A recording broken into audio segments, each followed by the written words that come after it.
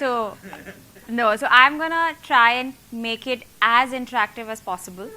I actually, I'm gonna give my introduction towards the end, and I'll tell you why in the end, that I will share my journey, a little bit about why I'm passionate about building Open Secret, and I want to deep dive right into the topic. I was thinking about while I was coming here how I want to do that. I'm going to tell you that there are two learning experiences I had. One was I'm a chemical engineer from IIT Bombay, where professors used to come and used to give the lectures, and I was the backbenchers, never enjoyed that kind of interaction. And the other was the case study method at Harvard Business School, where you behave like a protagonist and you have to make decisions. It's very interactive. There are cold calls. I'm going to call people. And I thought, let me try and make it that way, because I think it's very interesting when you are the protagonist and you're thinking about what to do and how to think about the problems. So does that sound cool? Okay, awesome. So we're going to talk about, for the next 45 minutes, about the things that we need to think about when we are starting a business. For example, and this is not the sexy word, but processes, consistency. And the first thing, if you can go to the next slide, is why is it important? So I'm going to talk to you in, of course, an engineer's in the form of a framework. Why is it important? How can you deploy it? And what are the things that you should keep in mind while deploying the processes, while improving the businesses? So as I start about the why behind the process, I want to know a little bit more about you folks. So how many of you here are founders or entrepreneurs? If you can just raise your hand. Oh, fantastic. Great. Awesome. How many of you are working in like a corporate environment? If you could raise your hand. Okay. Amazing. Great. So if we think about a company, a business, it's a journey, and if you go to the next slide, you would have heard about 3 different phases of a startup, 3 different phases in a business. One is the 0 to 1 journey, the 1 to 10 journey, and the 10 to 100 journey. So let me double click on what do I mean by that. So 0 to 1 is where you are trying to figure out the PMF. Does anyone know what PMF means? Who said that? Sorry, what's your name? Meenal. So Meenal, can you explain to us what is product market fit? I'm going to keep cold calling people. So folks, you will have to listen to me. Yes. Basically, the product that you're manufacturing, what is the exact market for it, who are the consumers, and basically, right at the beginning, what you do. Exactly. So let's just focus about the 0 to 1 journey. What is the 0 to 1 journey? When you are a founder, when you're an entrepreneur, you are trying to solve a problem. And the product market fit is there a market for the solution that you're offering? And in the 0 to 1 journey, it's basically just getting the answer, am I solving the right problem? Are people willing to pay the price that it needs for the product? The unit economics is also important. So I'll also give an example of Open Secret that I'm building. So Open Secret, we say that we are on the mission of unjunking. So we sell packaged foods, but an unjunked version of that. So you love your cookies, you love your brownie, you love your chocolates, and we do an unjunking, a better for you version. So when I started Open Secret, my big problem statement was that we love eating snacks. And it's a treat, and we want to eat a tasty snack, but I don't want to give junk to my body. I want to take care of my body. It's a problem. Mothers were facing a lot of problems when they were packing tiffins for their kids. Working professionals at 4 p.m. when you're having your favorite coffee, you don't want to have the maida and the palm oil. So I said, listen, I think it's a problem. Let me now go into the market with a product which is as tasty as your junk cookies, but an unjunked version. No maida, no palm oil, no artificial preservatives, no artificial color. Would people like it? Would people want it? So, sorry, this the, okay.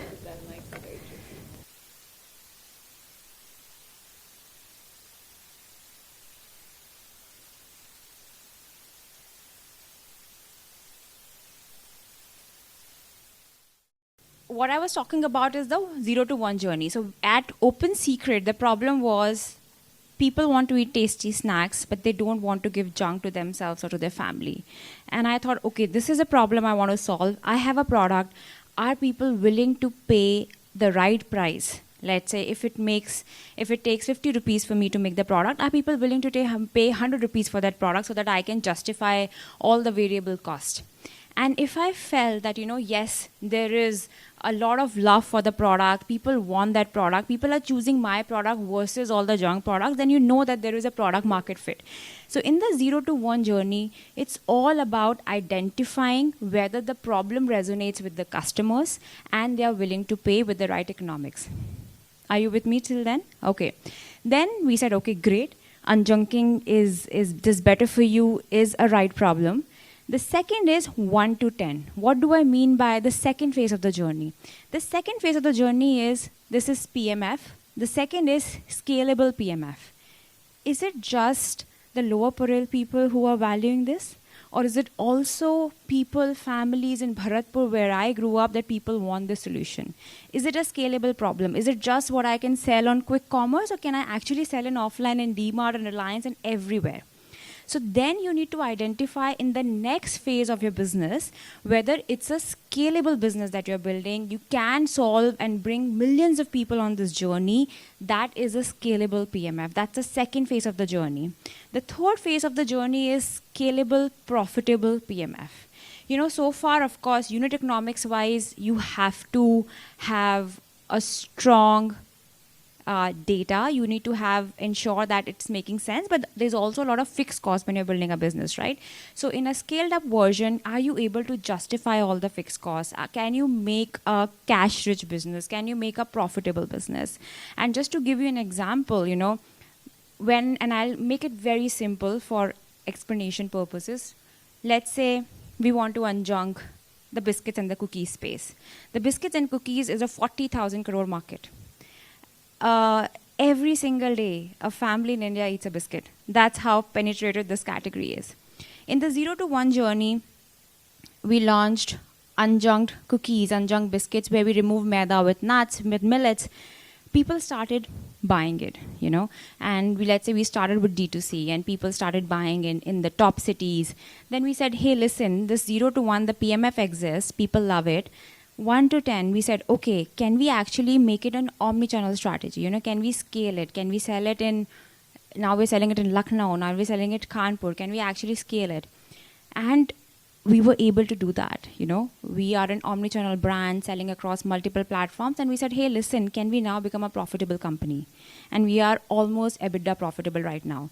So this is the journey that we have taken for Open Secret, just to give you some sense of a framework to think about where your business is.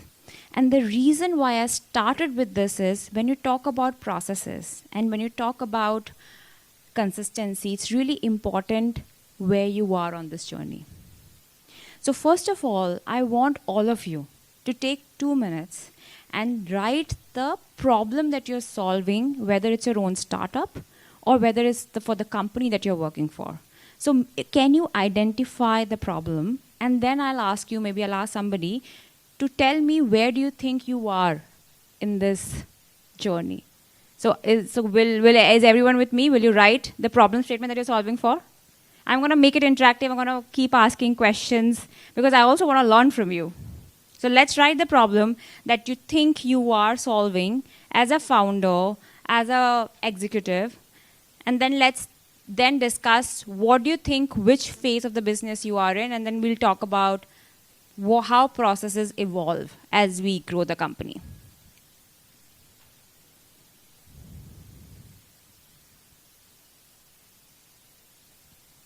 Wow, it's great to see people actually using pen and paper in today's age of WhatsApp.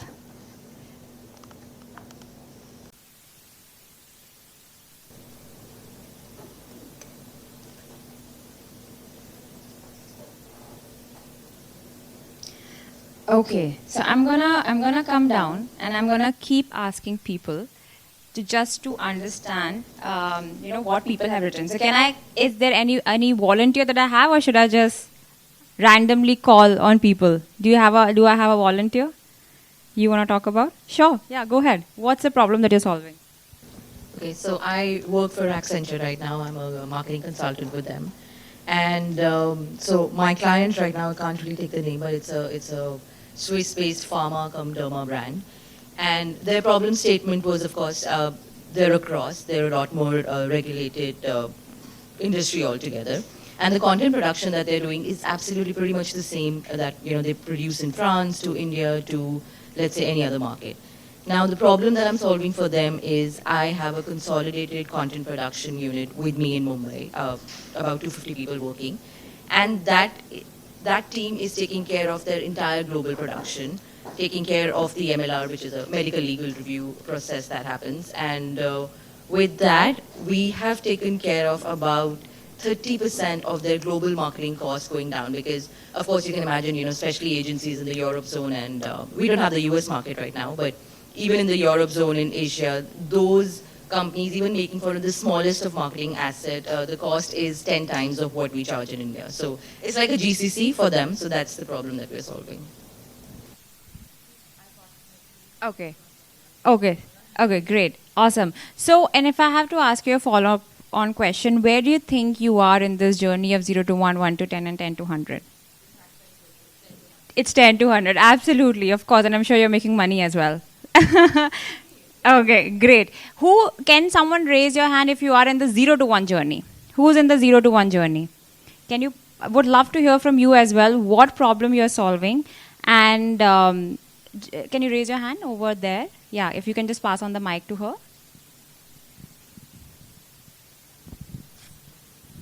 Yeah, hi. So basically, in my head, I feel there is room for an app for interior designers to buy affordable art. But when I myself, because I'm a weekend artist, when I myself had a show, I found it is the most slippery slope. A, there's a lot of subjectivity when you're buying art. There's no way you can really figure. It's not like a logistical spreadsheet where you know what people are looking for. And B is that you can't identify a target audience that easily, because there's so much new money in India today floating around in neighborhoods that we don't even know exist right now. And I wasn't even sure how to determine prices to be competitive. So I'm starting at a total sort of zero space. But let me again double click. What's the problem for the consumer you're trying to solve? Can you phrase it in a sentence? What is the problem? So Pricing, everything comes later. Code GTM, everything comes later. What is the problem that you're trying to solve? So my perspective on this is more of an artist than a consumer, to be Okay. honest. Yeah. Okay. So I think one, and this is something which, again, what I have learned, always be consumer backwards. What you're struggling with is because you want to do something because you like it. But from a business perspective, who's the king? Consumer is the king. And if you can't define the problem, it's very difficult for you to think about, is there a product market fit? Do consumers want it?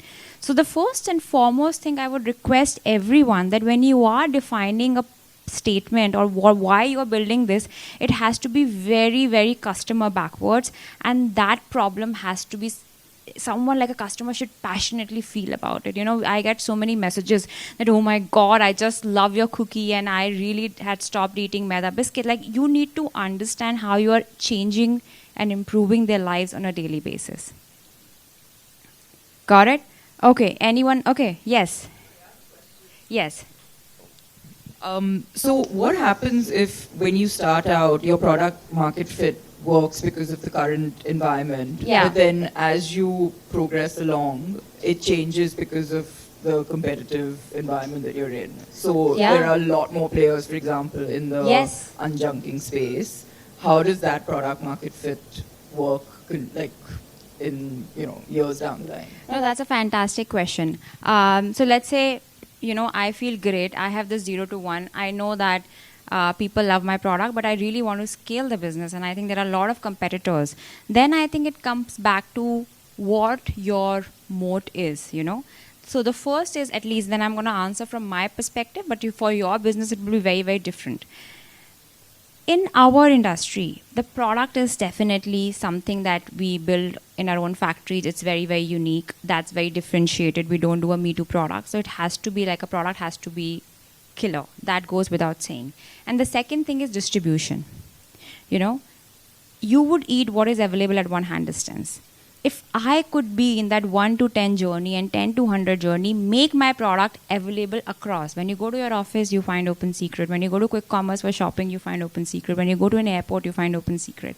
So how can you distribute your products? And this way, having a fantastic product, having a fantastic distribution network, you think about moats in your own business. And the second thing I would say that, early on in 0 to 1, don't even think about competition. Just be obsessed with your consumer. A lot of people ask me, oh, what about this D2C brand? What about combined? We are not even doing 1,000 crores. And this industry is 100,000 crores. So, it's such a siloed view of the market, and you get distracted. Just be so focused on the consumer and keep innovating, keep focusing, keep growing the business, keep having the right principles and the right fundamentals, and you will figure it out. Don't even worry about who's building what. Of course, I'm not saying just be agnostic. You need to be aware about it, but 80% of your time, just be obsessed with the consumer. Any questions on product market fit? How do you scale? I'll again give you some examples on now the processes that, how the journey evolved for Open Secret. When we were in the 0 to 1 journey, the most important thing was, what do you think was the most important thing when we were in the 0 to 1 journey? Can someone help me with that? What do you think would have been the most important question that I should have answered? Do I have the PMF? And how do you measure it? Like how can I, as a founder, how can I understand that? Yes. Absolutely. Fantastic. Sorry, what's your name? Very amazing. So in my 0 to 1 journey, the most important thing was, do customers want it? And there are few things that we started to build as a process. We started measuring NPS, which is Net Promoter Score. Do people really like it? Repeat rates. Are people coming and buying it again? And in order to achieve that, two processes that became extremely important. One is the quality of the product. When you are in the food business, it's so important to ensure that the ingredients are right, the quality is of utmost importance, all of that. The second is the iterative process. We launched this Anjang Bhujia. If you haven't tried it, please do try it. It's the same. We're trying to make it as tasty as the incumbent's Bhujia, but without palm oil. It's baked, not fried. It was a 104th recipe, which we approved. The first 100 recipes were a disaster. So what was the process that we followed? It was the process of recipe, the process of production, the process of, what should be the temperature, what should be the oven parameters, like all those things, and keep doing that experimentation. So those things became extremely important. I was personally involved as we were in the 0 to 1 phase. Then when we went to 1 to 10, of course, I'm not saying the processes will become irrelevant, but you start adding more and more processes. Then 1 to 10, it became, how am I scaling? Like, what are my marketing? What is my acquisition process? How am I gaining more and more customers? How am I scaling the business offline and online? And we started building more and more processes around it. And then 10 to 100 was, can we build a profitable business? So for the last 12 months, if you ask me as a founder, my biggest thing was, I want to be EBITDA profitable. So what did I do? Procurement process. How can I cut down my raw material cost? How can I cut down my packaging material cost? How can I make my organization more agile? And how can I become a more profitable business?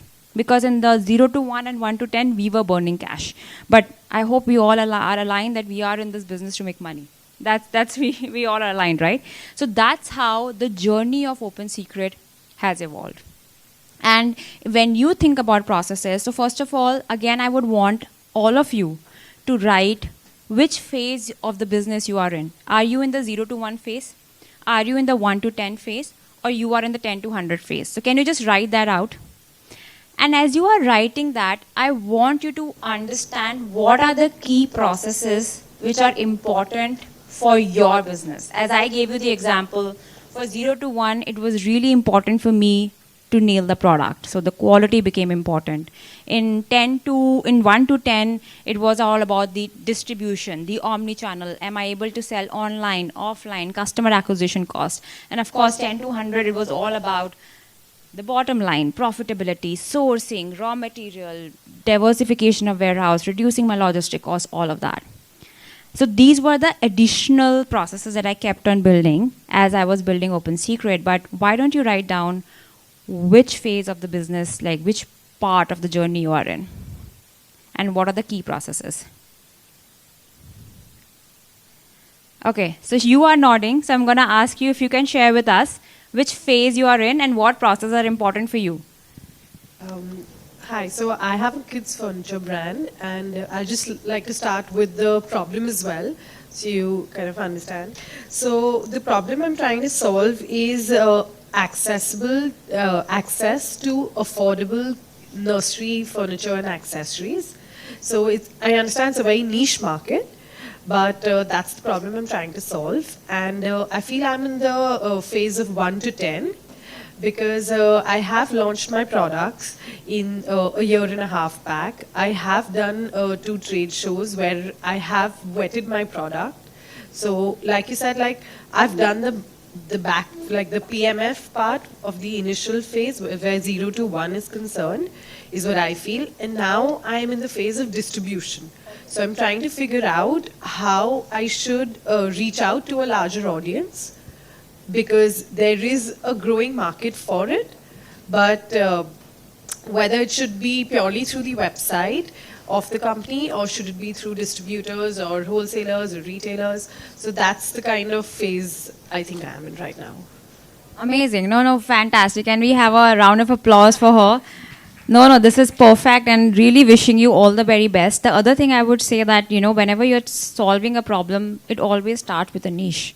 And then on this journey, as you keep expanding your business, you keep expanding your audience, you keep expanding your product, and you keep expanding your channel. So always go for the bigger market, but you will always start small. So that's absolutely fine. Any questions so far before we move forward? So I hope we are all on the same page. Why processes are important, why it's important to understand which phase of the business you are in. But the most important, what I've realized, which I should have started, is start with your customer and what problem you're solving for the customer. And that, I will promise you, will remain the same. When we started 0 to 1, we were on this unjunking mission. When we did 1 to 10, we were on the unjunking mission. As we are expanding 10 to 100, we are still on the unjunking mission. That doesn't change. I'm cutting my raw material costs. I'm never going to compromise on quality. I'm going to negotiate better because of scale. I'm going to negotiate better because I'm going to, as I said, becoming a bigger brand. So all of these factors will come in, but the problem, the customer, the why will always remain the same. So if we now, as we move forward, how can you then deploy these processes in an organization? So far, it was what the founder wants, what the person wants, why you're building a hub about. But trust me, you need a village to build a business. And the most important question is, it's very easy to, what we did is write on the paper. But then how do you actually implement it in an organization? So then if you go to the next slide, the most important thing I'm going to talk about, and this is the most abused word. The most abused word on LinkedIn, on social media, in every book is culture. Because everyone talks about it, but I can't emphasize the importance of this. And people think culture is something that you're going to talk about when you are in Accenture. No, in a startup as well. And I promise you, if you have the right culture, all the processes, everything that you start from day one, it will be so easy to scale up. But if you have, and mind my language, a shitty culture, that was going to be the biggest problem for you as a founder. You cannot. But the most important thing is, what is culture? Can anyone want to, what do you think, what is culture? If you have to define culture, let me ask you. Sorry, I'm just going to put you on the spot. What do you think culture is? I noticed the definition put across by the earlier speaker, Sandeep, and I loved it. It's something that you feel and you can communicate. So that really stayed with me. Oh, that's great. You know what? How I define culture at Open Secret? Culture at Open Secret is what every person at Open Secret is doing when I'm not around. That's the real culture. I can come here and talk about, we are hustlers, we care for people. But when I'm here talking about it on stage and people are fighting and they don't give a damn about each other, that's not the real culture. Culture is never built with posters on the wall. How many of you are parents here in the room? What do you think it's learned the most from? How you show up every day, how you talk to other people. You can put posters in their rooms, but the way you show up every day is how our behavior. exactly, absolutely. Thank you so much. And that's what I want to focus on, that when you are thinking about processes, building consistency, think about the culture. And again, I would say culture is not something that can be copied. You can't say this is Amazon's culture, I'm going to copy the culture. Culture has to be the unique you. And it has to tie back to the strategic goal of the organization. Of course, you can be inspired by the customer obsession of Amazon. You can be inspired by the quality obsession of Apple. But the values has to be authentic you. Now, to give you an example, at Open Secret, a couple of values or culture that we really think about is bias for action. And the reason why it's an important value and culture for us, because we are in this snacking space and we feel that customer wants variety. Customer wants innovation, and we really need to move fast. So this bias for action ties back to a strategic goal, that if we can build an organization which innovates so fast, which launches more and more product, which hears back from the customer, I say, 2 months later, we're going to answer the query that you asked me. This is again going to become the moat. You were asking me, how can you differentiate versus your competitor? Innovation velocity, because customers care about it. That is our core value, and we're going to become absolutely brilliant. So again, I'm going to request all of you, as you are thinking about your organization, what are the critical values that you think are important in your organization, and write it down. Maybe 2 values, 3 values, and it's extremely important. I can't talk enough about how important it is to focus on the culture. And let me tell you, culture is one thing you can't delegate. You can't hire a head of HR and say, hey, go please fix my culture. No, that's you. That's your problem. It starts as a leader. It starts from the top. If we have another cultural value, which is hustle. I am the first person to show up at office. I'm the last person to leave from office. I work, and I'm not advising, recommending. This is just me. I'm obsessed with Open Secret right now. I work 15, 16 hours a day. And if I want to build a culture of hustle, I should be the biggest hustler at Open Secret. So these are some of the values that we have built at Open Secret, but you need to figure out what are the core values for your business, for your startup, and just write it down. Think about it.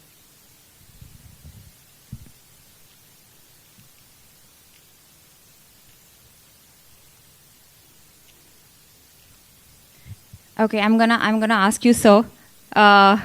If I can put you on the spot.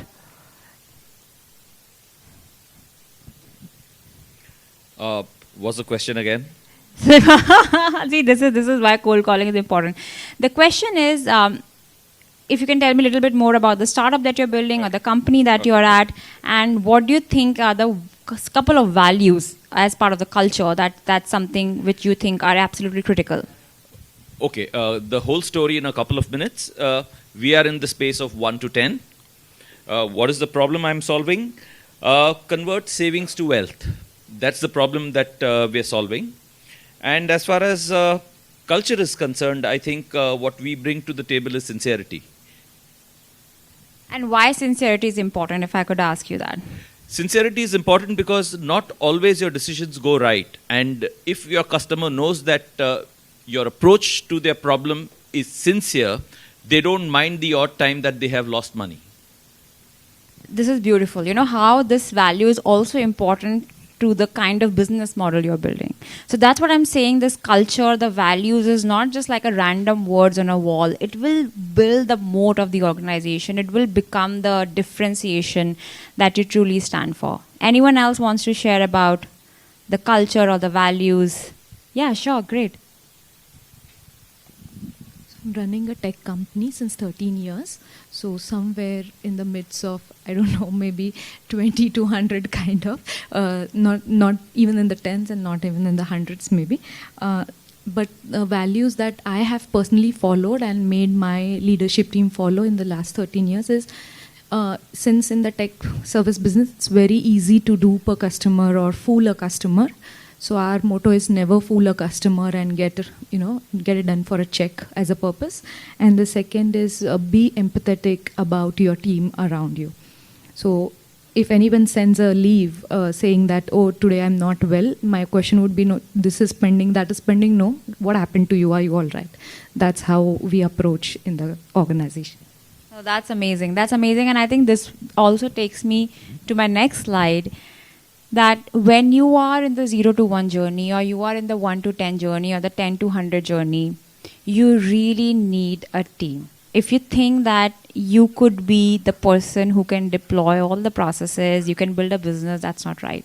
And it's so beautiful to hear that you value the team and you empower them and you give them the space whenever they need it. I think if I have to, like, a lot of people ask me what is different about Open Secret. I mean, the moat. And I would say that sometimes the team is your moat. When I was at Procter, there was I still remember one of the sayings. They said, you can take away our money, you can take away our brands, but with the people, we would still be able to build a fantastic business. But if you take away our people, I don't think we will be able to replicate. So that's the power of a team. And the reason I'm emphasizing, because a lot of people say, no, when I'm in the 1 to 10 or 10 to 100, then I'm going to hire rock stars. 0 to 1, so let me just, not hire rock stars. That's not correct in my point of view. And I'll tell you why. When you hire A leaders, they will hire A plus people under them. And the quality of the team keeps on improving. For me, the most important thing is the average quality of Open Secret improving every single day. But when you hire and you compromise on B, they will hire C, they will hire then D, and then it's just a slippery slope, as somebody was mentioning. So it's extremely important to think about the kind of people you want to hire. And the reason why I started with culture before team, because one thing which I've realized, and I made this mistake, I used to hire based on resumes. And I thought it's extremely important to hire based on attitude and based on culture fit. Because it's not a one-player game. It's a team game, right? And everyone has to work together. The synergies need to come together. And it's so important to understand what's the culture and who's the right team. Now let me break down how I think about team, what are the important functions. Again, let me go back to Open Secret. Open Secret, and I'll talk about my core team, and then they have people under them. So what is important in Open Secret? We need to have demand. Customers should order products. So I have a head of demand or head of growth. You can call whoever this person is. Then this person will have, this is what I'm going to call my L1, The first is my head of demand. Second is, I really need to ensure that my products, that the demand is coming, I'm able to produce it, I'm able to ship it, I'm able to service those. So I have a head of supply. So that's, again, my second person in my core team. Third is, innovation is extremely important. R&D is extremely important. Thinking about how can we unjunk better, how can we make our products more affordable. R&D is important. Right? So I have a head of R&D, which is extremely, extremely important person. Then, of course, finance. You have to look at your numbers. You really need to figure out all the CM1. I don't want to get into details, but it's important to have finance. HR, you really need to, hire people, talent, everything. And then I also have CEO's office. Someone who can be mini Ahana when I am in this event, but I don't want the organization to be a roadblock. That person will represent me and then give me a summary later on. So this is how I have designed my L1. And if I have to break down the demand person, the head of demand will have an online head, an e-commerce head, a quick commerce head, an offline head, and then this will become L3, and then L3 will have L4. So it's extremely important to understand who your core team is. What are the gaps in the organization that I'm currently looking for? Like, as I told you, my L1, I'll also tell you the gap. I don't have head of marketing, In a consumer business, I really need to communicate a lot of content, and that hat I am currently wearing. But as I am in the 10 to 100 journey, I really want more and more people to come and help me so that I can delegate a lot more and focus on bigger strategic things. So that's a gap in my team structure that I currently want to fill in, which is head of marketing. If you know anyone, please also let me know. But I want, again, all of you to take 2 minutes and write your core team structure and think about what are the skill sets that you feel is currently missing in your team that you would like to hire for.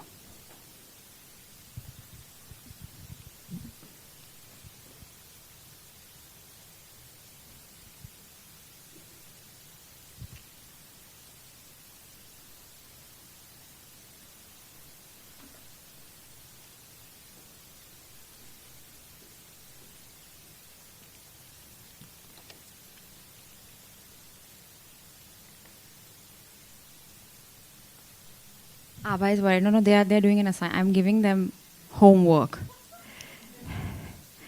Okay, so you wrote about your team structure. Who wants to talk about maybe any volunteer? Okay. I have a question. Yeah. It's not about the team structure. Basically, just wanted to understand when you were going from 1 to 10, was there a time where you felt the culture is not going right and did you rectify it? And if there was a time, then how did you do it? Because I have seen this problem with my husband's startup, and because you're emphasizing so much on culture, I feel that there must be some things that you might have done to rectify if there was something wrong. Yeah, no, absolutely. I think, see, this is not something that you solve it and it's done forever. This is something that you have to evaluate on a daily basis. And you have to live by those principles every single day. I don't wait for the culture to break down. Whenever I see any instant in a meeting when we feel that we are not living up to the values, I call it out. And I hope that I have empowered my team to call it out as well. People have questioned me and said, Ahana, this is not right. This is not who we are. So we feel that nothing is above the values and the culture of Open Secret. Your designation doesn't matter. Doesn't matter you're an intern or you're a CEO. The values and culture comes first, and everyone is empowered to call it out.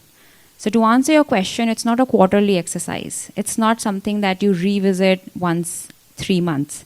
It's about showing up every single day.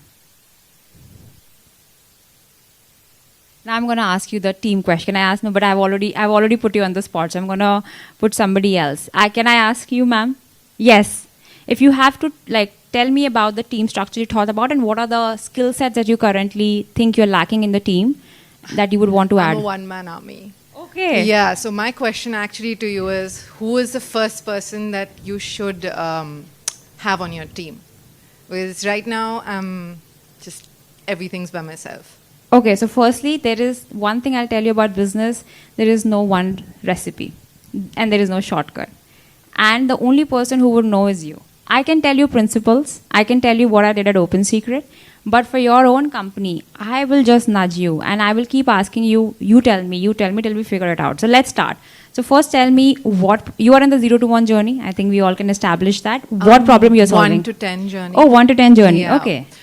Been around for 5 years. Basically, I design cashmeres and stoles, which work beautifully for gifting. All of us want to gift someone something, so it's quality. It's corporate's gift, wedding gifts. Let's rephrase from what you do to what problem you're solving for the customer. I'm making beautiful gifts for the customer who, it's a high quality gift. So, and it's available at you can just call me and it's available. I also have a website, so I'm building there. I'm mainly in Mumbai right now, but I want to grow. So that's 1 to 10 phase, yeah. I've been around for 6 years. And what is the biggest problem? What keeps you awake? From growing? No, yeah. No. In your company, in your business, what is the topmost problem that comes to your mind? It's seasonal. It's cashmere, so not everyone wants it at any point of time. It's also, again, it's a gifting product. So when people are traveling, gifting occasions, it's not something that you need every day, like food or clothes. I can't compare it to clothes because clothes people buy for themselves. Gifting is something they do for someone, to someone. Yeah. So, yeah, that's what I am. No, I think so. You identified 2 problems. And the team structure that if I have to think about you is one, you said, how can I build demand throughout the year?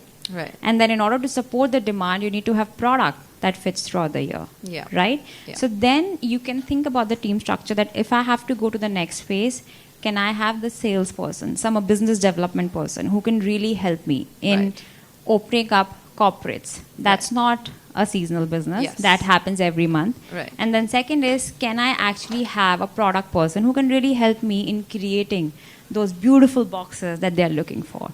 And as you keep on solving every problem, you'll identify your problem keeps changing. Problem never ends in a business. Yeah. You just keep getting new problems. So that's how you write about it. What is my problem for today? And I would really encourage you, build leverage. And leverage comes from team. You know, when you have amazing team solving for you, it will give you a lot more bandwidth to think about consumer, to think about how can I grow the business, and then the operating leverage will come from the team. Right. Sound good? Okay, cool. So we spoke about culture, we spoke about team. Let's move to the third and the last section, which is what are some of the things that you need to keep in mind as you are scaling the business? And this is the most favorite slide that I have, which is data. At Open Secret, I tell my team, don't talk to me in English, talk to me in numbers. Whichever phase you are in, whether it's 0 to 1, 1 to 10, 10 to 100, you need to speak the language of numbers. Again, let me give you an example of Open Secret. When I was in the 0 to 1 journey, what really mattered to me, which number? Retention. Are people coming and buying my product, buying my cookies again? Is retention is happening? In my 1 to 10 journey, am I able to scale the business with the right CAC? So customer acquisition cost, that number became extremely important. And today, what is important is EBITDA. I track target versus actual every single day. What is my EBITDA? What is my unit economics? All of that. So again, we're going to move fast because we only have few minutes left. But I would want you to again write down what are some of the data points, the KPIs, the key performance metrics that you would want to look at as a business leader on a daily basis. For you, it could be sales. Whatever, what is important in that journey. So take a couple of minutes, write it down, and then maybe we'll just take one person to share what they think there is a number that they should be tracking every single day.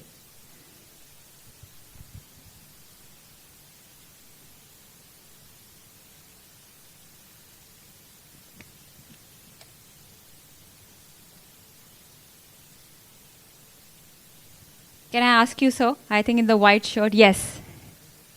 Hi. I've been in this journey for long, and I just share my experience. In business, I've seen only people matter, nothing else. So if you have, like you said, amazing team, who's like a family, yeah.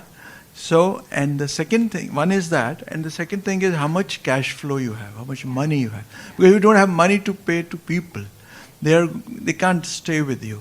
So then everything comes later. You can talk about sales, marketing, opportunities and everything.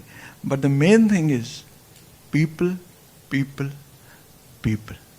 Fantastically well said. And I'm sure the data that you are looking at every day is cash flow. How much cash is my business generating so that I can pay the people, right? So that's the number that you will be tracking. So I hope everyone knows what is the data that you're looking at, because business, you really need to track the performance, and that has to be, I will force you and I will push you, quantify, put a number against it. If I'm launching, I don't start any project until my innovation team tells me what is the launch date. Just give me a date. I'm not going to work without a date, without a number. Always have this goal, target versus actual. The other thing which I'll talk about is, when you're thinking about it's continuous improvement. No one is perfect. And outside, you might think, oh, everything is going right at Open Secret. I can tell you 100 things which are going wrong. And we are trying to work every single day to improve. I am such a big believer of the power of compounding. Every single day, if you improve by 1%, you're going to be 37x better by the end of the year. And this is true as you are building processes in the organization. And I was telling you, right, your problem will never end. You will just keep getting bigger problems, different problems. But the good thing is you will build a muscle of resilience. That, okay, I was able to do that. I was able to do 0 to 1. I will be able to do 1 to 10, and hopefully you will get the confidence that you will be able to do 10 to 100. So keep improving, keep building that muscle. No one has figured it out. If you would have asked me, did I know I will be here when I started Open Secret 4 years back? Absolutely not. It's a journey, and you continuously keep improving yourself. So have your data to track whether you're improving or not, and then keep pushing yourself. Be out of your comfort zone. I can't emphasize enough that growth happens when you're outside your comfort zone. I push my team a lot. And yesterday, like couple of my ex-employees came and they just wanted to spend Friday evening with me. And I said, wow, I've pushed you so much and you still like me. They said, because you have grown us, Ahana. So that's something which I'll say, push yourself and push your team, of course, in a very respectful manner, give them the space, but growth happens outside the comfort zone. And that brings me to the last point, which I would say is the most important, and I actually left it in the end. And I said, I'm not going to introduce myself, I'm going to introduce in the end. And this is the most important thing when you think about the business that you're building. You know, it's a roller coaster ride. And if you know the problem that you're solving, it's important for you. You feel passionate about everything that I've said, team, culture, data. I promise you, you will figure it out. You will wake up on a Saturday morning, show up for this session because you care about the problem that you're solving. But you really need to understand the why behind the problem, because trust me, it's a lonely journey. There are downs, and you will only be able to go through that darkness if you have a purpose which is showing you the light. So let me tell you a little bit about my story, because I said, and if you remember, like if you will have a takeaway from this session, I hope it's this. Everything else, I'm 100% confident. You're such a smart audience, you'll figure it out. You know, I started Open Secret because I grew up in a very small city in Rajasthan called Bharatpur. I was a very, very overweight kid. I was 3x my current size because I grew up eating all the bhujia and the biscuits and all those things which I'm trying to unjunk. I was raised by a single working mother. And the other thing I would say that, you know, there were absolutely, you know, no goals for women to be a CEO. It was shadi kar lo and that was enough. And that has been the foundation for me to unjunk snacks for India, because when I was in the US studying at HBS, I saw they have this amazing access, but why is India such a third world country when it comes to packaged foods? You know, my niece was type 1 diabetic and still she had no new brands. And my sister-in-law had the same struggle. But it's not only just about the unjunking, it's about how we are unjunking it. So if you visit our factory, you will see all women on the shop floor. Because if you truly want to empower them, you have to make them financially independent. And there are days when you feel shitty. Oh my God, my CAC is going up. My team members are not understanding what is happening. And there are days when you feel like I'm not able to deliver. Those days, you go back to your why. And you understand why you're doing this. And it gives you all the strength that you need. Whether you are a single person building a business, whether you are in this 10 to 100 journey where you have 200 people. Trust me, if you know your why, you will figure the rest of the stuff out. So the last request I would have, please take a couple of minutes and write down your why. Why you are building this business. And then maybe we'll just have one person share it and then we'll end it.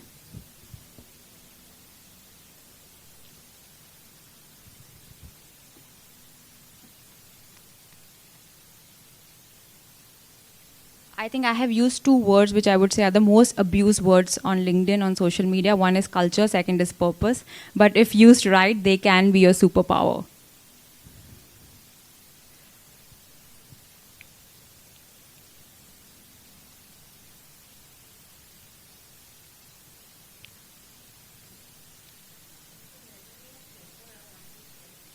Yeah, sure.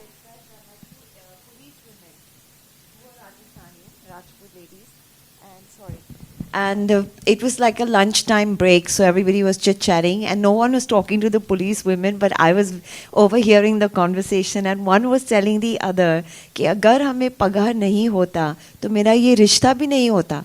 So because I'm an employed woman, I have marital prospects. So I think things have really shifted. That needle has really shifted. No, absolutely. I think it has, and there's still a long way to go, but we are definitely making a lot of progress. Thank you for sharing that.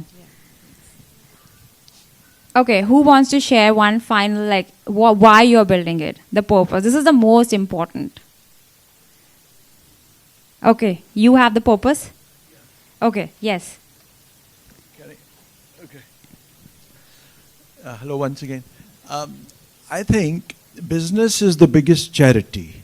We try to do philanthropy and all that. But when we build a big business, if it really helps to employ more people, open more doors, make people smarter, make more opportunities. So it is the biggest charity you can do, and you pay your taxes and all, which goes to the grassroots and build up the country and all. So that should be your purpose, because growth is never ending, and growth you don't know whether it will come or not. It just happens. So you have to just focus on what you're doing. If you just worry too much about my this and my profit and sales and all, so you'll get mixed absolutely. up. No, completely agree. Yeah. I think business is a noble profession. Yeah. Completely agree. But let me ask people the problem statement, like why you're building it. There could be many ways in which you can create impact. Anyone, let me put you on the spot. What's the purpose behind, the why behind what you're building? So I actually have a fashion brand, and my goal was to reinvent the classic shirt, which is such a classic in everyone's life. So I think the problem I was trying to solve, and all my shirts are embroidered. So some level of, like the Indian Karigars embroidery, I've always loved it. I wanted to modernize it so that people, like urban women, can enjoy it. So the problem statement is that I want women to feel beautiful and luxe at any age or body type. Wow, that's amazing, you know. The clientele is from 30 to 80, and of course all body types. No, that's amazing. And I know whenever you're having a tough time, go back to that customer who felt beautiful because of the shirt that you created. Okay. No, amazing. Amazing. Awesome. So, folks, that's all from my side. But thank you so much for engaging with me. I hope you found it useful. And I would love for you to basically applaud for yourself that you showed up on a Saturday morning when you could have Ahana, watched please. things on Netflix. Fantastic. Happy to answer any questions if there. So, yeah, we have a small gift for you, and Ahana will be outside for a little bit. If anyone has questions, as our next speaker is also here. Okay, amazing. Thank you so much, everyone. Thank you so much, Ahana. If we could give her a nice round of applause. Thank you.